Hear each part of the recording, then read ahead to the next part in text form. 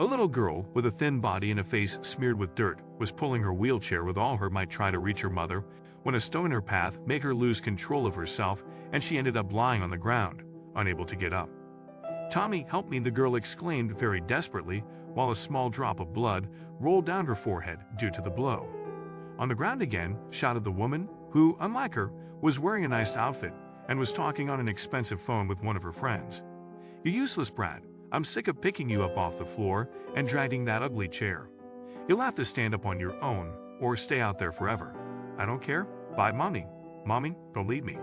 Help me, please," the girl begged, but the woman didn't even turn to look at her and just walked away from her, not being able to imagine how life would surprise her years later.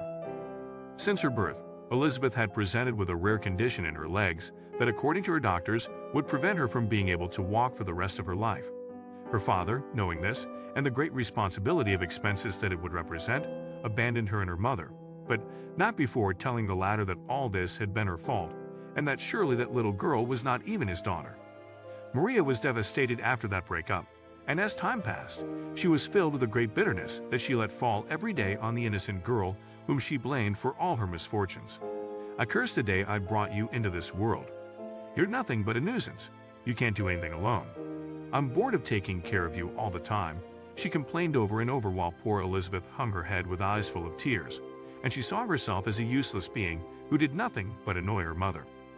But the truth was that she, to her own embarrassment, had learned to do many things on her own, and she was a very intelligent little girl.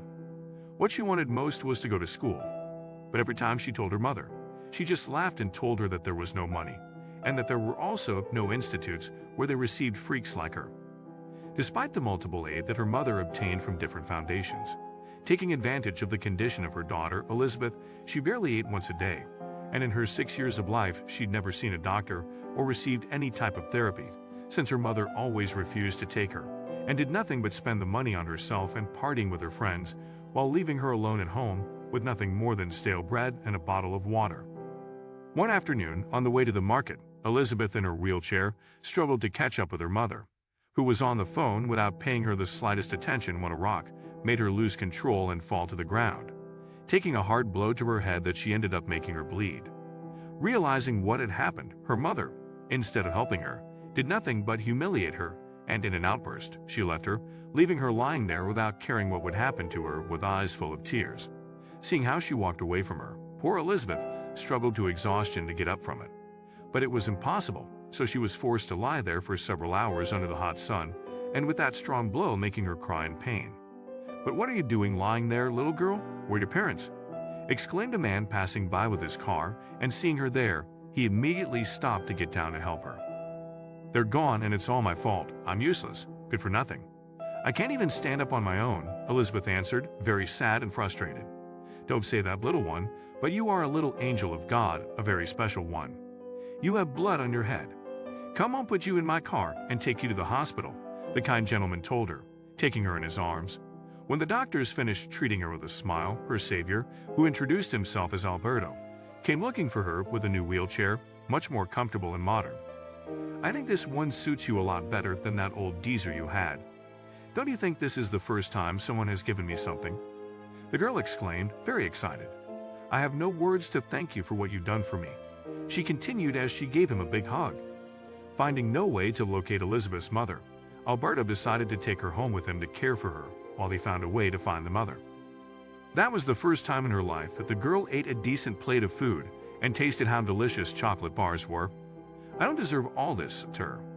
"Mom always says that these are things that they only give to normal people, not to hindrances like me," Elizabeth said, very embarrassed, which wrinkled Alberto's heart, who couldn't believe what he heard. "You deserve this and more. Don't let anyone ever make you doubt it. You're not a hindrance, you're just different. And that's not bad. It makes you unique, special, and just as wonderful as the rest. Never forget it," Alberto said, hugging her as he dried his tears. After having a room tidied up for her, the man ordered his maid, a very sweet girl, to help Elizabeth clean up and get comfortable. As the days passed, both developed a great fatherly connection that united them in an incredible way. He had only been a few months after losing his wife and son in a tragic accident, and he was still struggling daily to get over his grief. Elizabeth became his greatest support to move forward for help and offer her the equality of life that such a pure and innocent creature deserved. They became the reason for existing for each other. A year later, with a huge smile, they both celebrated the wonderful news that the judge had finally given Alberto custody of the girl, and they were officially father and daughter. Making use of his money since he owned an important company, Alberto took his daughter to several specialists until he found one of them who, after evaluating her, said there was a possibility that she could walk, but that for this she would have to undergo an expensive operation. Without thinking twice, he told her that he was willing to pay whatever was necessary to see the girl fulfill her greatest wish. Despite the pain that she had to endure after the surgery and during the long therapies, Elizabeth felt that she could not be more fortunate, since her adoptive father went out of his way to always keep her spirits up and never left her side. And that's how, after a year, the happy girl finally managed to take her first steps. Thanks to her intelligence and her great willingness to learn by herself, a few elections were enough for her to be integrated into a school and experience the joy of sharing and playing with other children, as well as becoming the best student 20 years later. Wearing an elegant dress, Elizabeth had a coffee in what had been her beloved father's favorite restaurant. Well, she remembered the wonderful moments they had together and how, thanks to him, she had become the great woman she is now. "You don't know how much I miss you, Dad. You were and will always be my greatest hero, and every day I will do my best so that from up there you can see me and feel proud of me," she murmured as she contemplated the first photo they took together when she was still in a wheelchair, and this one, with his big heart, offered her the love that she so much needed to receive.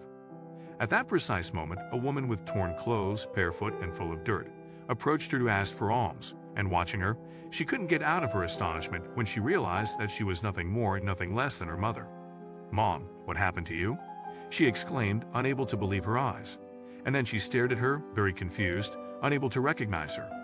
After talking to her for a few minutes, Elizabeth discovered that she'd lost her sanity, and now she was wandering aimlessly through the streets, haunted by her conscience, searching for her daughter that she had lost long ago with hurting her because, after all, she was her mother. She offered her a plate of food, and then she took her home with her just as that time Alberto, with his big heart, had done it for her and took care of her for the rest of his days. With all the love that during her childhood she would have wanted to receive from the part of her own mother, since the greatest lesson that the late father had taught her is that if she wanted the world to be a better place, she had to start by learning to selflessly give what she wanted to receive. Fear and resentment are the greatest disabilities that exist, and love is the only remedy we can cure for them. Let us never forget that children are like butterflies. Some fly higher and others lower, but all flap their beautiful wings in the wind to the best of their ability, and that we should never let the harshness of life damage the great goodness that it keeps in our hearts.